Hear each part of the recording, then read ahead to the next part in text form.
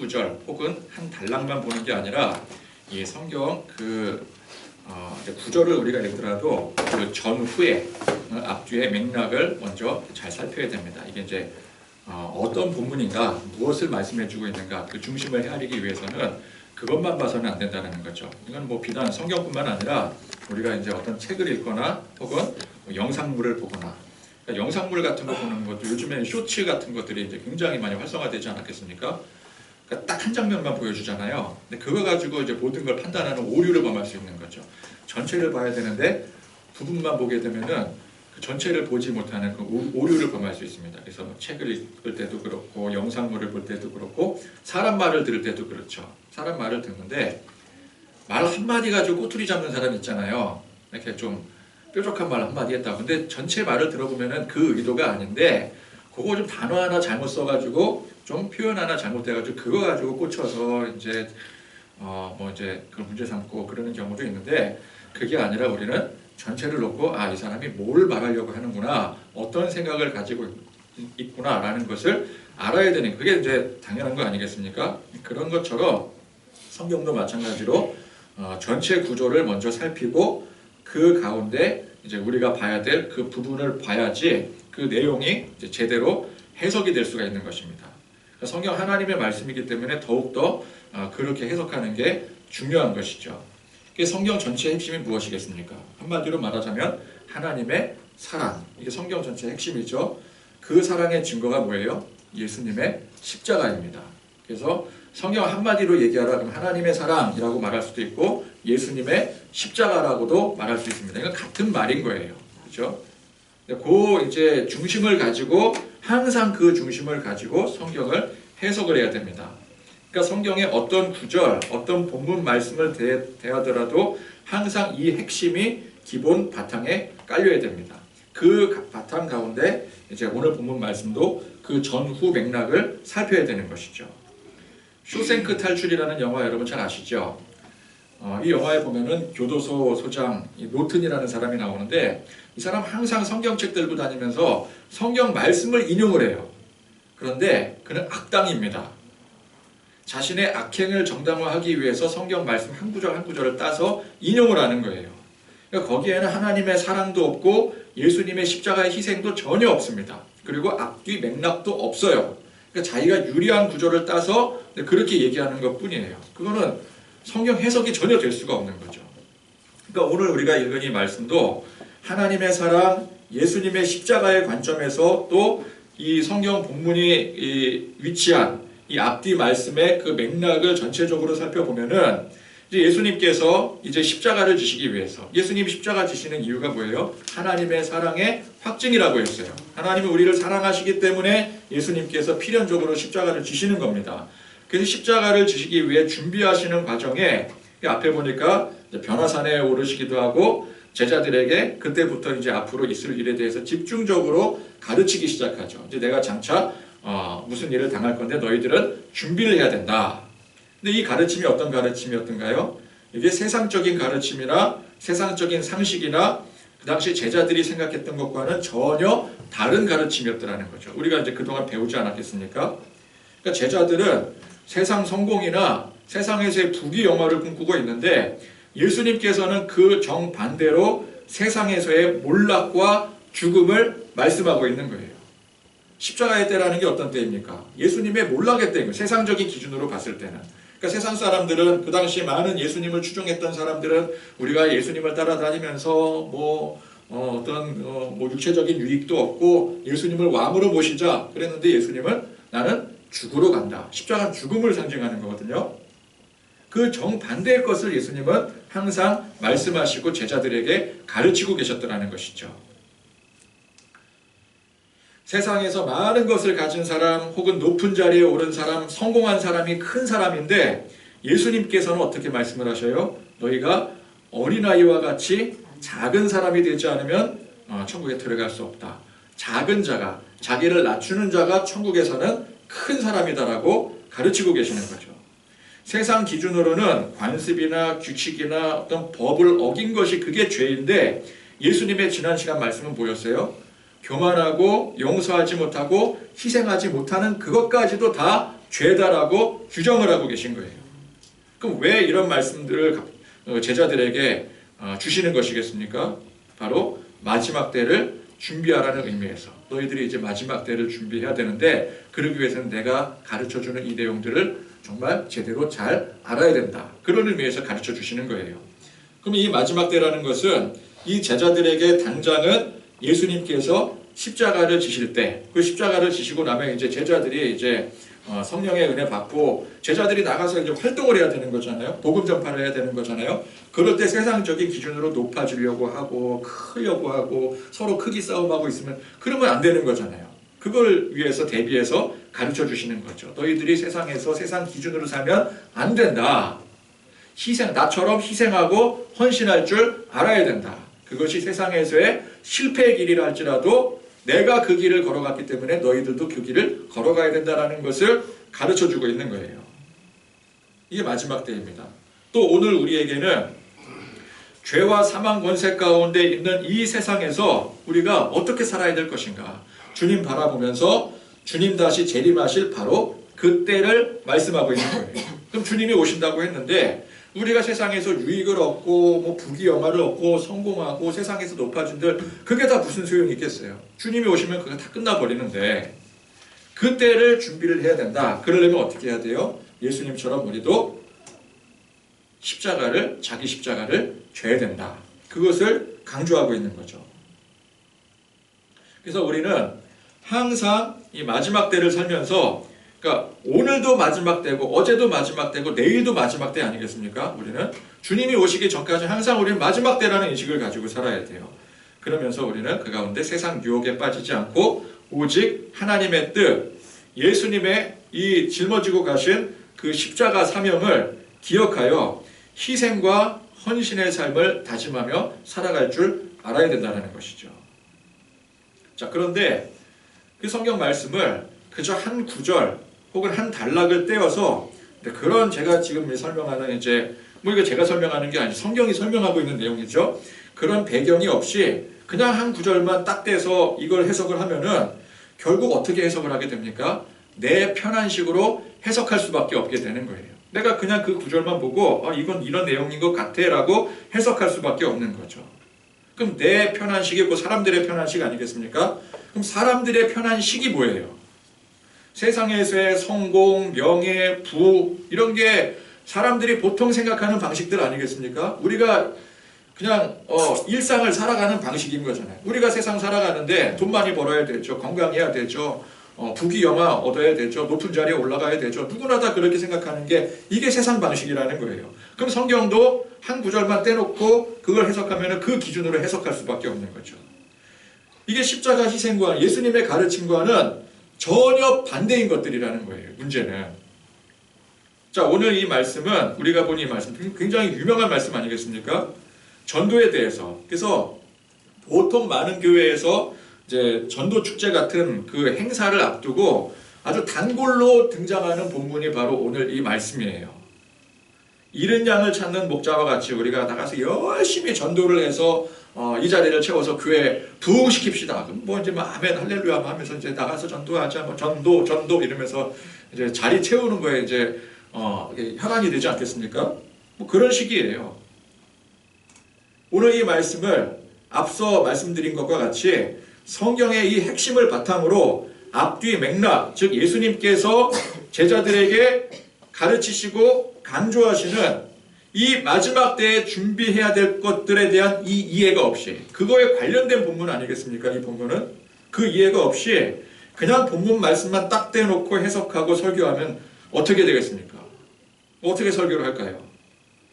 그냥 전도 열심히 해서 사람 많이 긁어 모으고 행사 한번 현란하게 뻑적지근하게 하는데 목적을 두게 되는 거예요. 목적 설교가 되게 되는 거죠. 그럼 열심히 이제 전도 프로그램들 뭐 돌리고, 전도도 여러 가지 프로그램들이 있지 않겠습니까? 그리고 또 이제 행사도 뭐 1년에 한 번씩 총동원 전도주일이다, 초청주일이다 해서 그 행사 열심히 치르고 하니까 뭔가 이제 우리 한국 사람들은 특히 뭔가 일을 하는 거에 대해서 만족을 느끼게 돼요. 내가 일을 좀 많이 했다. 우리 교회가 좀 일을 하고 있다. 거기에 이제 서로가 만족을 느끼게 되는 겁니다. 이만하면 우리 열심히 했다. 뿌듯하지 않아요? 여러분, 지난주에 이제 우리 영화 보고 그리고 이제 전도는 생략했잖아요. 그러니까 뭔가 이렇게 마음이 막 불편하고 좀 뭐 했어야 되는데 커피 콩빵 구웠어야 되는데 근데 오늘 이따가 이제 막 커피 콩빵도 굽고 나가서 하면은 그리고 집에 돌아가면 몸은 힘들지만 아이고 삭신이야 그러지만 뭔가 이렇게 마음이 뿌듯해지잖아요. 그렇지 않습니까? 내가 뭔가 했다, 열심히 했다. 또 이렇게 열심히 전도했으니까 칭찬받고 상 받겠지라고 하는 그런 기대감. 이제 전도 열심히 하면은 또 보통 이제 교회에서 상을 이제 크게 주잖아요. 전도상이 제일 크죠, 보통 교회에서. 그죠? 그러면 이제 우리 교회는 그런 거 뭐 전도했다고 뭐 상 주고 그러는 거는 뭐 별로 뭐 거의 뭐 없었던 것 같은데 제 기억에 다른 교회 가보면은요 전도하면은 전도상이 제일 커요. 그래서 어떤 교회는 뭐 이제 큰 교회들은 전도 열심히 해가지고 이렇게 막 전도왕 되고 그러면 해외여행도 막 보내주고 그런 데입니다. 해외여행 보내준대요. 안 물어보세요? 해외여행을 그냥 교회에서 공짜로 보내준다니까 전도 많이 했다고. 그리고 뭐 이렇게 뭐 상품이 뭐 그냥 상품이 아닌 거예요. 그러니까 연말에 이제 전도왕이 되면은 그 상도 상이거니와 그만큼 이 내가 이제 전도왕이 되었다. 뭐 전도 뭐 그러면 교회 막 그냥 성도들이 막 야 전도왕이셔. 뭐 전도에 뭐 대가셔 막 이러면은 그 교회 안에서 위신과 채통이 그냥 뭐 제대로 서는 거죠. 나 전도왕이다. 실제로 그래요. 열심히 충성하고 내가 섬겼으니까 앞으로 이제 그만큼 내가 하나님 앞에 충성을 다했으니까 앞으로 이제 내가 하는 일들이 잘 풀릴 것이고 복 받을 것이라고 하는 그 기대감에 결과가 어떻든 간에 이 전도 프로그램과 축제 행사 그 자체가 중요해지는 거예요. 행사가 중요해지는 거죠. 근데 그런 전도 축제 행사에 앞서서 근데 그런 분위기를 이제 고취를 시켜줘야 되잖아요. 이제 목사는 거기에 딱 적합한 본문이 오늘 이 말씀의 본문인 거예요. 가장 많이 인용되어지는 본문 중에 하나입니다. 자, 그런데 오늘 이 말씀은 행사용이나 어떤 분위기 고조용으로 쓸 수 있는 그런 내용의 말씀이 결코 아닙니다. 십자가의 때를 준비하며 마지막 때에 주님 오심을 준비하며 우리도 예수님처럼 어떻게 살아야 된다고요? 겸손히 낮아지고 관용하고 용서하고 희생하고 헌신하는 그런 의미에서 주시는 말씀인 거예요. 요즘 교회 전도 행사들이 굉장히 심각하게 변질이 되었습니다. 전도의 목적이 뭐예요? 교회를 확장하는 데 있어요. 모든 전도 프로그램들이 물론 이제 말로는 우리가 예수님의 사랑을 전합니다 그러지만 결과적으로는 교회를 확장하는 데 있어요. 사람 많이 모으는 것에 모든 전도 프로그램과 행사들이 특화가 되어 있습니다. 뭘 해봤는데 사람이 많이 안 모여. 그럼 어떻게 해요? 그 방법이 틀렸다 그래요. 방법을 자꾸만 바꾸게 됩니다. 그럼 그 모든 바꾸는 방법론은 결과가 뭐예요? 사람 많이 모으는데 모든 초점이 맞춰지게 되어 있어요. 그러면 여러분 사람 많이 모으는 가장 좋은 방법이 뭐예요? 교회에서. 제일 좋은 방법은요. 목사가 스타 목사가 되면 돼요. 스타 목사가 되면은요. 아무 땅에다 놓고 깃발 꽂고 그냥 교회 세워도 사람들이 모이게 되어 있어요. 그런 카리스마가 가진 지도자가 있으면은요. 이거 목사뿐만 아니라 어느 영역에도 마찬가지예요. 정말 카리스마 있고 능력 있는 사람이 지도자가 되면은 사람들은 많이 모이게 돼 있어요. 교회도 마찬가지입니다. 제일 좋은 방법은 한 사람의 능력이 위대한 능력이 뛰어난 사람이 깃발 꽂고 모이라 그러면 사람 모이게 돼 있는 거예요. 근데 그건 누구나 할 수 있는 건 아니잖아요. 누구나 다 그런 능력을 가지고 있는 건 아니잖아요. 그러면 이제 보통 일반적인 기준에서 사람을 가장 많이 모을 수 있는 교회의 사람 가장 많이 모을 수 있는 가장 탁월한 방법이 무엇일까요? 선물은 없어요. 이게 초콜릿 가져가세요. 여기서 어디서 이렇게 옆에 나온 것 같은데 건물입니다. 건물만큼 확실한 게 없어요. 교회 건축 한번 이렇게 화려하게 하면은요 사람들은 그냥 모이게 돼 있어요. 제가 이제 오늘 아침에 엘리베이터에서 나오면서 엘리베이터에서 자주 마주치는 이제 아주 그냥 딱 보면은 교회 권사님이셔. 근데 제가 이제 평소에 물어보진 않았는데 딱 보니까 오늘 교회 가시는 것 같고 저도 넥타이 메고 나오니까 그분이 먼저 물어보시더라고요. 아니 일요일에도 이렇게 출근하세요? 그래서 저 여기 교회 목사입니다. 그랬더니 목사님이세요? 그래서 한빛교회 다니신다고. 근데 이제 교회 어디세요? 그래서 여기 이제 도니스 1층에 보면 교회 있어요. 모르시더라고요. 여기 사는데 교회 권사님이신 것 같은데도 여기 주계로 교회가 있는 거 잘 모르셔요. 그러니까 사람들이 안 모이죠.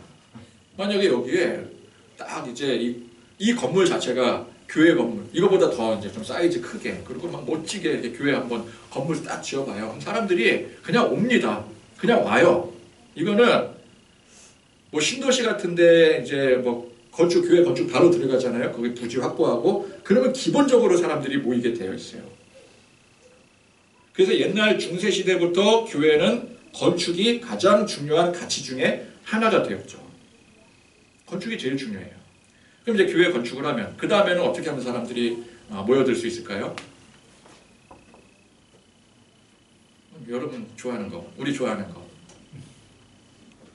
공짜 좋아하잖아요. 공짜 싫어합니까? 뭐 공짜도 공짜 나름이죠. 정말 좋은 걸 준다면은 이거는 마다할 이유가 없는 거죠. 그죠? 이제 우리 아이가 수학여행 갔다 와서 이제 초콜릿 이렇게 사왔는데 사실 우리 어른들이 뭐 초콜릿 그거 뭐 먹으면 뭐 먹는 거고 말면 많은 거지. 근데 초콜릿이 아니라 막 명품 막 향수에 막 화장 그런 거 사왔으면 막 오 이게 뭐야 그리고 막 가져갈 거 아니겠습니까? 초콜릿은 안 먹어요. 뭐 애들 주세요. 그러겠지만 이게 선물이 뭐냐에 따라서 이게 달라지는 거죠. 선물 공세를 하면 됩니다.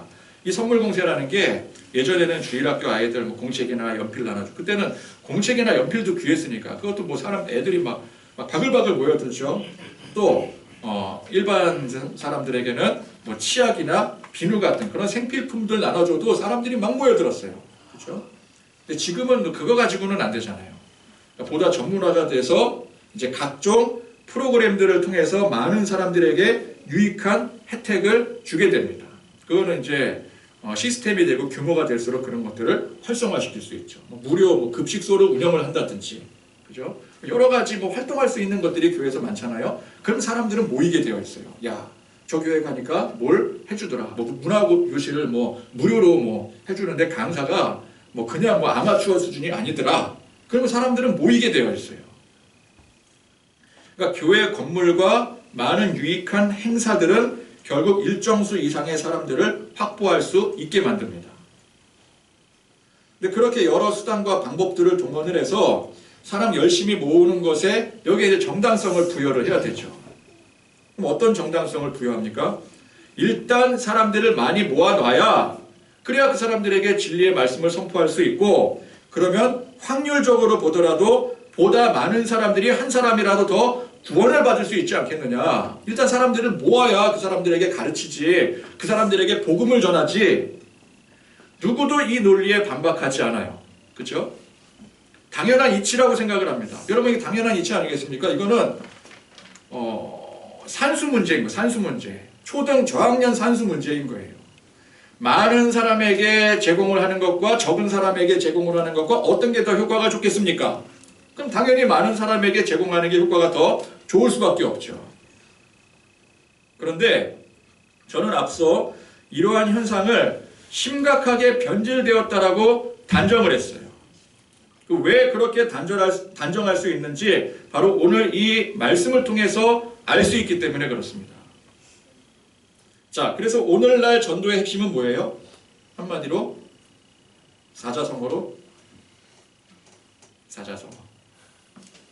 많으면 많을수록 좋다. 다다익선. 오늘날 수많은 교회들의 전도의 핵심은 제가 단언컨대 이거 한마디라고 얘기할 수 있어요. 다다익선입니다. 무조건 많이 모이면 좋은 거예요. 많이 모으고 많이 확장하면 된다라는 거죠. 근데 오늘 이 말씀을 잘 보면은 그와는 정반대라는 것을 알 수가 있습니다. 자, 어떤 사람이 양이 100마리가 있었습니다. 그런데 그중 한 마리가 길을 잃었어요. 자, 이때 이 주인은 그 잃어버린 양 한 마리를 찾아 나선다고 했습니다. 여기까지는 뭐 얼마든지 수긍할 수 있는 내용이죠. 양 한 마리가 여러분, 양 한 마리 비싸잖아요. 양 한 마리가 얼만데 당연히 잃어버렸으면 찾아와야 됩니다. 내 월급에서 까여요. 그런데 주인이니까 월급은 아니겠죠. 근데 어쨌든 내 재산이 하나가 사라지는 거잖아요. 근데 이 주인이 어떻게 찾아 나선다고 했습니까? 어떻게 찾아 나섰다 그랬어요? 이게 중요한 부분이에요. 그 99마리를 산에 두고 가서 찾는다고 했어요.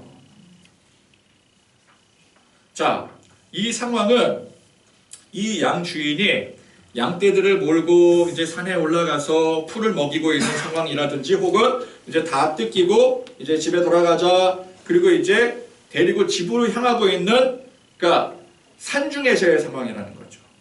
가는 중인지 아니면은 거기서 뭐 먹고 있는 중인지 아니면 오는 중인지 그건 알 수 없으나 중요한 것은 지금 집이 아니라는 거예요. 안전한 양 우리가 아니라는 거죠. 안전한 상황이 아니라는 게 이게 중요한 겁니다.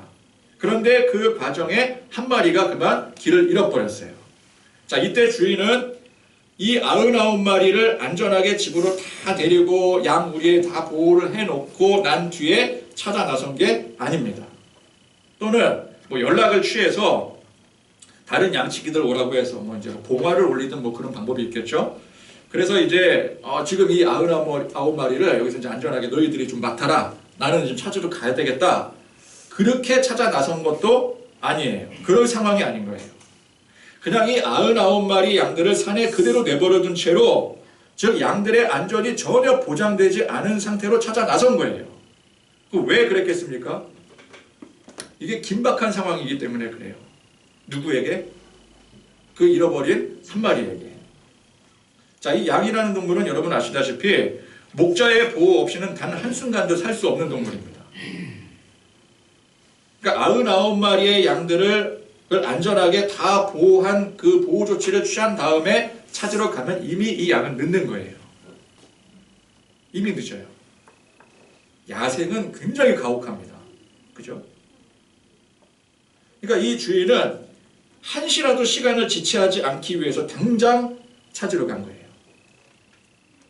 이게 이제 우리의 관점, 세상적인 시각에서는 도무지 이해가 되지가 않는 거예요. 그러면 그 한 마리는 좋다 찾으러 간다고 쳐. 찾는다는 보장도 없어요. 그죠? 그러면 그렇게 찾아 헤매는데 나머지 99마리는 이걸 어떻게 할 거야? 그 생각이 당연히 들지 않겠어요? 99대 1입니다. 그럼 여러분 99대 1이면 뭘 선택하겠어요? 99를 당연히 선택해야죠.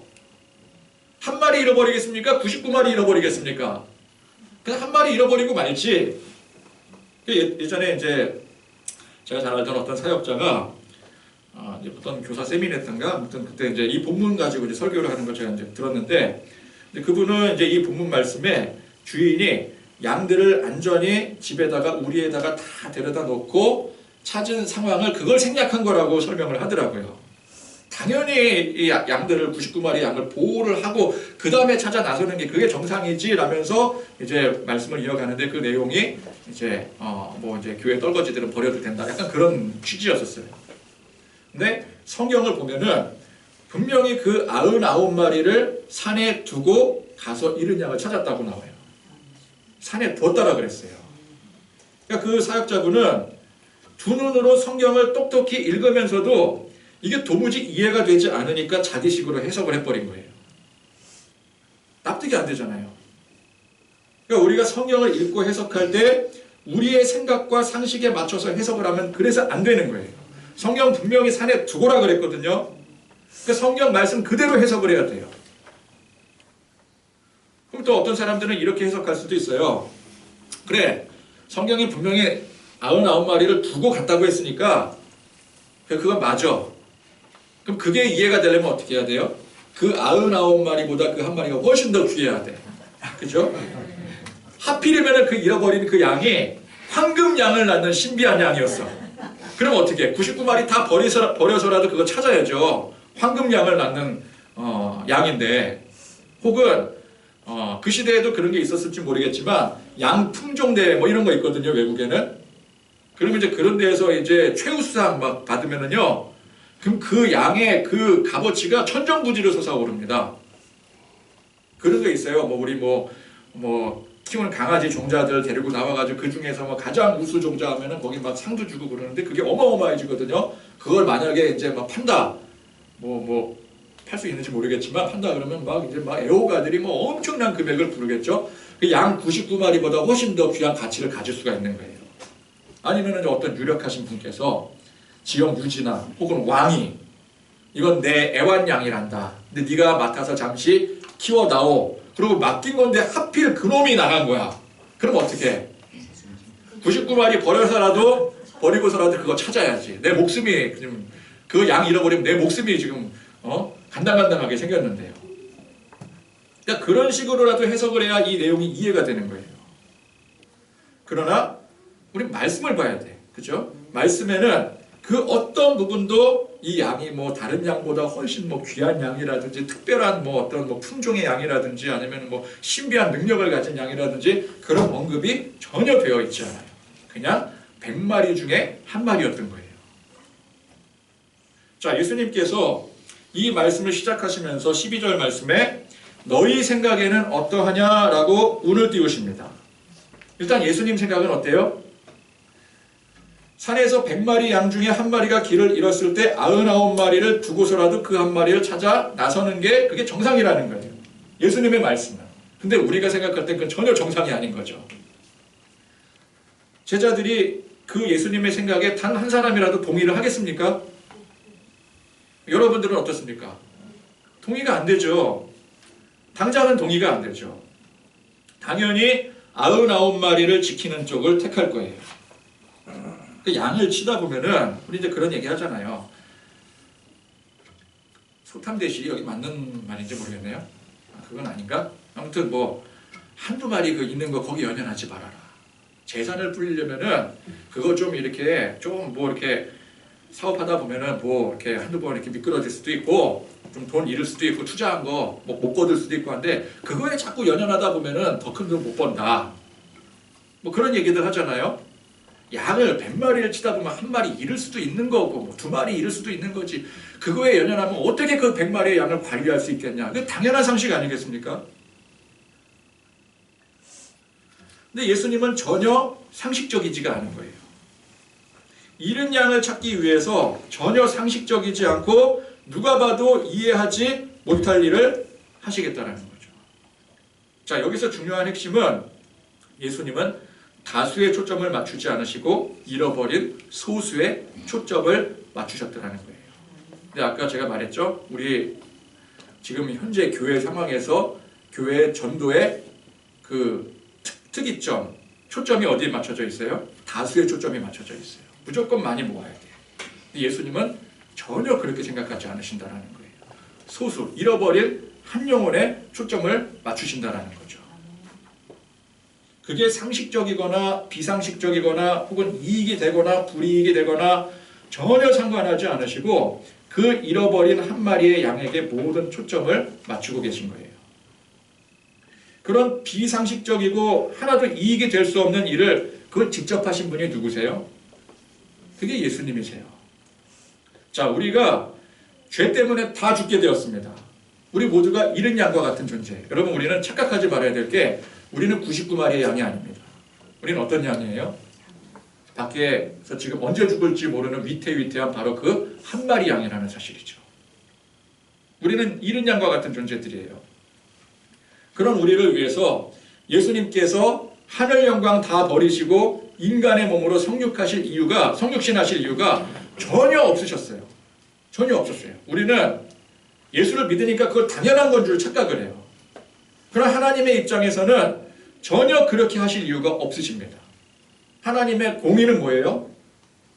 죄의 값은 사망이에요.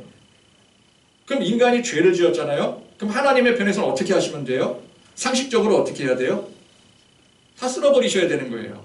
그래서 홍수를 쓸어버리셨잖아요. 소돔과 고모라 그 사건을 통해서도 알 수가 있잖아요. 하나님 하시면 하시는 거예요. 그게 하나님의 공의거든요. 그걸 가지고 우리가 하나님을 불의하다 할 수 없어요. 왜? 불의한 건 우리이기 때문에. 죄가 불의한 거지 하나님이 불의하신 게 아니거든요. 그러니까 죄 지었으니까 그 죄의 값으로 다 멸하시면 되실 일이에요. 그게 상식이에요. 그러니까 우리가 이제 상식 운운하잖아요. 뭐 99마리가 어떻고 한 마리가 어떻고 상식적으로 말이야 이렇게 얘기하는데 하나님의 상식은 뭐예요? 그렇다면 우리 전부를 멸하시는 게 하나님의 상식이라는 거죠. 창조하신 게 아까워서 그렇게 못하시겠습니까? 그냥 다 쓸어버리시고 더 완벽한 것으로 창조하시면 될 일이에요. 근데 하나님께서 우리를 사랑하셨어요. 사랑하셔서 독생자 예수 그리스도를 보내셔서 십자가에 희생하게 하셨습니다. 우리가 십자가 노래를 부르지만 사실 이 십자가는 하나님 편에서 볼 때 전혀 불합리하고 비상식적인 선택인 거예요. 왜 예수님께서 우리를 대신해서 죽으셔야 됩니까? 이게 말이 안 되는 거죠. 그러니까 잃어버린 양을 찾는 이 목자의 마음은 일반적인 세상 상식, 이익과 불이익을 따지는 기준으로 판단을 하면 안 되는 겁니다. 그 잃어버린 양을 진심으로 사랑하는 예수님의 마음, 하나님의 마음으로 판단을 해야 되는 거예요. 그렇게 이해를 해야 되는 거예요. 그러면 그건 좋다. 그 한 마리 양이 그만큼 귀한 양이라는 건 알겠어. 나머지 99마리는 그러면 사랑하지 않는다라는 건가? 99마리도 똑같이 사랑하는 겁니다. 그 한 마리를 사랑하는데 어떻게 나머지 양들을 사랑하지 않겠습니까? 그러면 그 99마리를 사랑하면 99마리는 왜 버려두고 떠나느냐? 이게 이율배반적이 되잖아요. 이게 상식선에서 이해가 되지 않는 거예요. 그런데 여러분, 아까 이게 다 이해가 안 된다고 했지만 여러분 이해하는 순간이 와요. 그럴 때가 있어요. 정말 사랑하는 누군가, 특히나 아이를 잃어버린 경험이 있는 사람이라면 이게 이해가 돼요. 그 순간은요, 이성이 마비되고 상식이 멈춰버려요. 우리 애가 이제 어렸을 때 잠깐 잃어버린 일이 있습니다. 제가 잠깐 실수를 해서 애가 어디 딴 데로 가버렸어요. 찾을 길이 없어요. 그 순간 우리 부부가 이성이 마비가 되더라고요. 실성한 사람이 돼가지고 막 길거리를 막 헤매고 다녔어요. 막 정처 없이 막 울면서 막 이름 불러가면서 99마리를 지키는 게 우선이다라고 하는 이성적이고 상식적인 판단을 할 수조차 할 수 없게 됩니다. 그냥 그 잃어버린 한 마리에 초점이 맞춰지게 되는 거예요. 이거 죽어가는구나. 큰일 났구나. 이거 살려야 된다. 그래서 오늘 말씀의 중요한 원칙은 사랑입니다. 사랑은 상식선에서 이해가 될 수가 없는 거예요. 그래서 한 사람, 한 영혼에 대한 사랑이에요. 다다익선이 중요한 게 아닙니다. 많은 사람 모아놨으니 확률적으로 복음 전도에 성공한 것이라는 그런 개념이 절대 아니라는 거예요. 그렇게 교회가 전도를 해서는 안 됩니다. 잃어버린 양을 찾는 목자의 그 실성한 마음, 이거 미친 거예요. 미친 마음이에요. 미치지 않고서는 이해를 할 수가 없어요. 아무짝에도 쓸모없고 버림받아도 할 말이 없는 우리 한 영혼 한 영혼을 사랑하시고 살리시기 위해 성육신하시고 십자가를 지신 그 예수님의 마음으로 바라볼 줄 알아야 되는 거예요. 사람 열심히 모아서 교회 성장시키고 자화자찬하는 것에 오늘 말씀의 이 목자의 그 애절한 마음이 있겠습니까? 잃어버린 그 한 영혼에 대한 그 마음이 있겠어요? 교회 건물 올리고 열심히 행사를 해서 많은 사람들이 교회에 오고 가게 됩니다. 오고 간다라는 말이 무슨 뜻이에요? 그만큼 많은 사람들이 오지만 많은 사람들이 또 나간다라는 뜻이죠. 우리 교회도 뭐 지금까지 들어온 사람들 많았었잖아요. 근데 또 나간 사람도 그만큼 많은 거죠. 교회는 항상 오고 갑니다. 근데 오는 사람이 많고 항상 그 나가는 수를 그 이상으로 채워주니까 항상 교회는 축제 분위기가 되는 거예요. 교회 부흥이라는 게 뭐예요? 나가는 사람들은 나가는데 들어오는 사람들이 더 많을 때 이게 부흥이 되는 거죠. 나가는 사람들은 항상 있어요. 어떤 이유든 어떤 모양이든 간에 나가는 사람들이 있어요. 그냥 어쩔 수 없는 이유로 나가는, 이사를 한다거나 아니면은 다른 데로 파송을 받거나 그래서 나가는 사람들도 있지만, 상처받고 또 어떤 일이 있어서 문제가 생겨서 나가는 사람들도 있거든요. 근데 교회 부흥이라는 건 뭐예요? 그렇게 나가는 사람들은 나가는데 들어오는 사람들이 더 많아요. 플러스 알파가 돼요. 그럴 때 부흥된다 그러는 거예요. 그죠? 산술적으로. 그러면 교회는 항상 축제 분위기입니다. 왜? 교회가 날마다 성장을 하고 있으니까. 성장하는 교회 항상 축제 분위기잖아요. 나가는 사람보다 오는 사람이 더 많아지면 목적 달성했다. 올해 목적 달성했다. 올해 뭐 예를 들어 뭐 300명 목적으로 했는데 300명이 넘어섰다. 그럼 뭐 난리 나는 거죠. 뭐 그냥 연말에 그냥 막 잔치 벌어지는 겁니다. 부흥 성공했다. 그럼 어떻게 돼요? 이제 그 교회 목사님은 여기저기 불려다니면서 이제 성공 사례에 대한 강연을 하고 다니게 돼요. 굉장히 상식적이고 계산적인 결과입니다. 그러다 보니까 교회 안에서 혹은 어떤 문제가 생긴다든지 상처를 받는다든지 소외를 받고 그래서 나 이제 이 교회 못 있겠어. 그런 사람들이 주변에 뭐라고 얘기를 해요? 나가봤자 소용없어. 당신 나간다고 눈 하나 깜짝 안 해. 그런 얘기들 여러분 많이 해보고 많이 들어보시지 않았습니까? 교회는 그래요. 시스템이 그래요. 시스템이.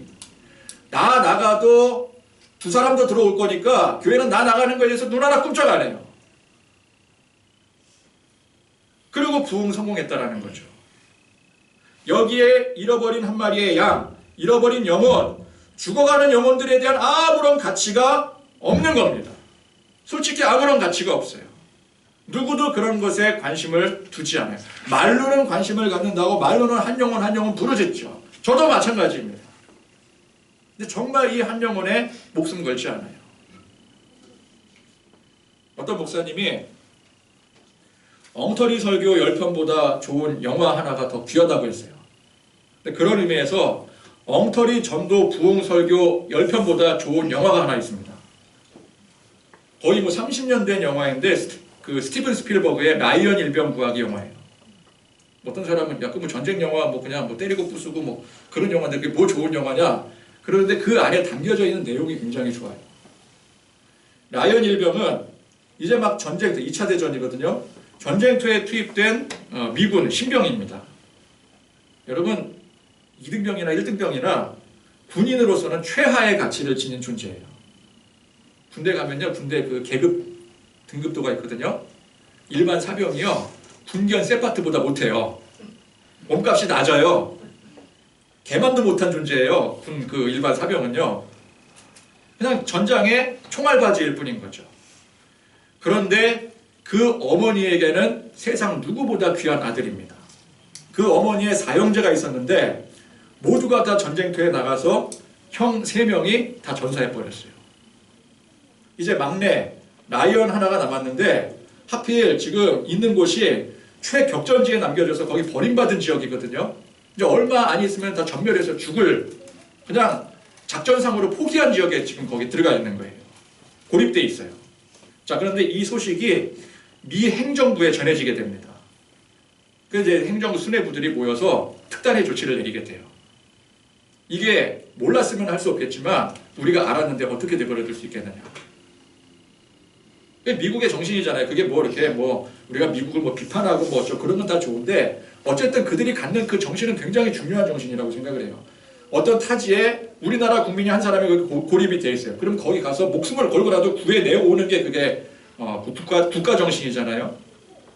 그래서 그 한 명을 구하기 위해서 8명의 특수부대가 구성이 돼서 목숨을 건 구출 작전이 내려지게 돼요. 그게 허가가 떨어져요. 결국 이 특수부대원들이 한 사람 한 사람 목숨을 잃어갑니다.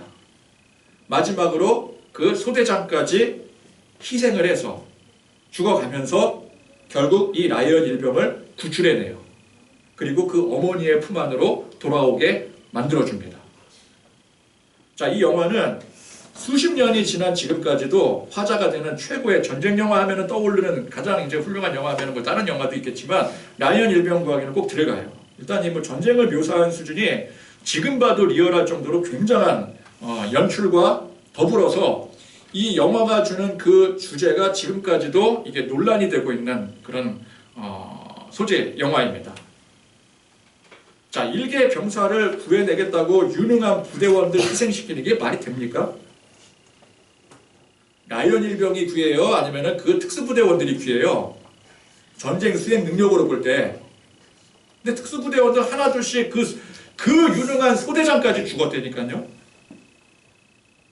근데 이 라이언 일병 구하기 내용 보니까 오늘 본문의 내용과 거의 똑같아요. 일개 병사를 위해서 희생하는 거, 또 잃어버린 한 마리의 양을 위해서 그냥 나가 희생하는, 다른 걸 희생하게 만드는 거. 저는 분명히 영화 각본을 쓴 사람이건 뭐 감독이든 간에 뭐 그 사람은 뭐 예수를 믿는 사람인지 뭐 안 믿는 사람인지 모르겠지만 적어도 오늘 이 본문 말씀을 토대로 만들었다고 확신을 해요. 딱 이 내용이거든요. 그럼 이 영화가 주는 감동이 무엇입니까? 아무도 기억해주지 않고 가치 없는 개만도 못한 그런 일개 병사를 위해서 국가가 직접 움직여서 값진 희생을 해서라도 그 생명을 구해낸다. 국가는 적어도 그 생명에 대해서 함부로 판단하지 않는다. 라는 굉장히 중요한 메시지를 주는 거죠. 그러면 여러분 한번 생각을 해보세요. 그런 국가에 소속된 국민이 얼마나 자부심이 강하겠습니까? 그죠? 내가 그 상황이 될 수도 있는 거잖아요. 그럼 내가 그 상황이 될 때 만약 국가가 알았어요. 그럼 뭐를 취하겠는가? 아, 우리나라는 그런 나라가 아니야. 내가 어디 가서 뭐 피랍되거나 아니면 뭐 목숨에 위협이 생겼을 때 목숨을 걸고서라도 나 구하러 와줄 거야. 라고 하는 국가에 대한 자부심이 생기는 거죠. 우리가 하나님 앞에 그런 자부심이 생기는 거 아니겠습니까? 나 같은 영혼, 나 같은 거지 같은 영혼이 우리 그렇게 생각할 수 있잖아요. 나 같은 몹쓸 죄인이 어디 가서 죽을지도 모르는데 하나님이 나를 기억해 주시고 하나님이 나를 구원하시기 위해서 직접 예수님까지 보내셨어. 얼마나 신뢰감이 생겨요. 그런 숭고한 목적을 위해 희생한 그 유능한 병사들이 물론 그 과정에 이해 못했어요. 우리가 왜 가야 됩니까? 막 그랬어요. 그러다가 한 사람씩 희생하면서 이 사람들이 그 사명을 우리가 완수해야 된다. 내가 죽어서라도 이 사명은 꼭 완수해야 된다. 그러면 죽어가면서 뿌듯해하는 거예요. 그러니까 그 과정에 결국 가치 있는 희생이었다라는 자각을 가질 수 있다는 게 이게 얼마나 멋진 일입니까? 소대장이 마지막에 죽어가는데 웃으면서 죽어가요. 라이언 일병 손을 잡으면서 너는 꼭 잘 살아야 돼. 그러면서 죽어가요. 나는 이 한 사람을 살리기 위해서 내 이 목숨을 희생한 게 참 값진 희생이었다라는 것을 스스로 고백하는 거죠. 우리는 잃어버린 양과 같은 존재들입니다.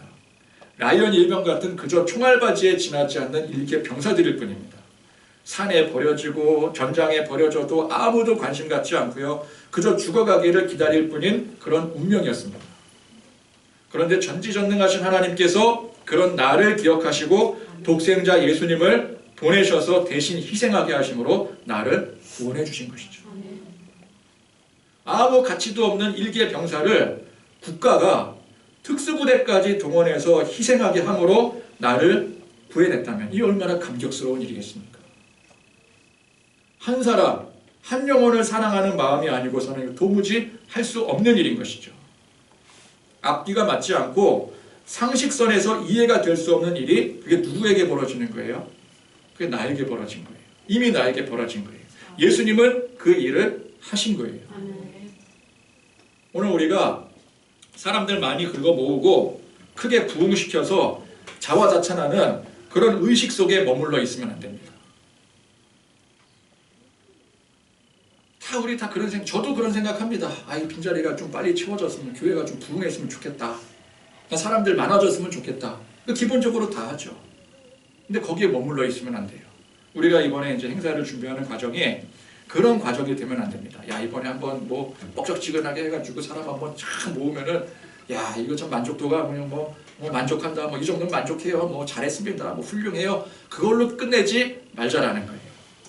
그래서 1차, 2차, 3차에 거쳐서 계속해서 작정을 하는 것도 그냥 우리 단일성으로 끝나면 안 되고 이게 행사로 끝나면 안 되고 우리가 1차, 2차, 3차 거듭해서 작정하는 것과 같이 계속해서 우리가 작정한 이 영혼들을 놓고 기도하고 전도하고 그래야 된다. 그런 의미에서 하는 거예요. 잃어버린 양 한 마리를 찾아 나서는 목자의 마음으로, 예수님의 마음으로, 한 영혼을 천하보다 귀하게 여기는 그 하나님의 마음으로 나가서 전하고 희생할 줄 알아야 되는 것입니다. 그래서 여러분, 전도는 비상식적인 거예요. 비논리적인 겁니다. 이 커피콩빵 거가지고 전도지 들고 나갔더니 아무도 안 오네. 이거 방법이 틀렸어. 방법 가지고 전도하는 거 아니에요. 방법은 어떻든 간에 그건 상관이 없어요. 중요한 건 우리의 마음의 중심입니다. 내 마음이 정말 잃은 양을 찾아 헤매는 그 목자의 마음같이 저 날아가서 전도하면서 저 사람이 예수 믿어야 되는데 하는 그 마음으로 나가서 열심히 전도해도 한 사람 채울 수 없으니 이게 얼마나 한심한 일입니까? 다른 교회에서 뭐라 그래요? 그 방법이 틀렸으니까 그거 그만두라고. 우리 교회 이거 뭐 이렇게 행사 이렇게 프로그램 도용해서 해봤더니 그거 하니까 사람들이 막 모이더라. 너네도 그거 해. 자꾸 그렇게 얘기를 해요. 그러니까 우리는 한심한 거죠. 근데 그 한심한 일을 누가 하신 거예요? 그걸 예수님이 하신 거예요. 그럼 우리 예수님한테 뭐라 그러겠습니까? 예수님 그렇게 해가지고 어떻게 사람이 예수님이 십자가 지셨다고 그 군병들이 눈 하나 깜짝합니까? 우리가 썼던 방법 써보세요. 요즘에 기가 막힌 프로그램 만든 거 있거든요. 시스템 그 세미나 있거든요. 거기 참석하셔서 5주간 강의 등록하시면은 그대로 따라하면은 전도가 그냥 돼요. 십자가 지실 필요 없다고요. 우리가 예수님께 그렇게 말씀드릴 수 있어요? 상식적으로 접근하면 우리는 이미 죽은 겁니다. 방법이 중요한 게 아니에요. 잃어버린 한 영혼을 향한 그 진정한 사랑의 마음으로 그렇게 물론 이렇게 설교하는 저도 똑같은 다른 목회자랑 똑같은 모습입니다. 그러나 우리가 말씀을 통해서 항상 깨우침을 얻고 그리고 나를 돌아봐 하나님을 바라보고 예수님을 닮아가는 그런 저와 여러분들이 되실 수 있기를 간절히 축원드립니다.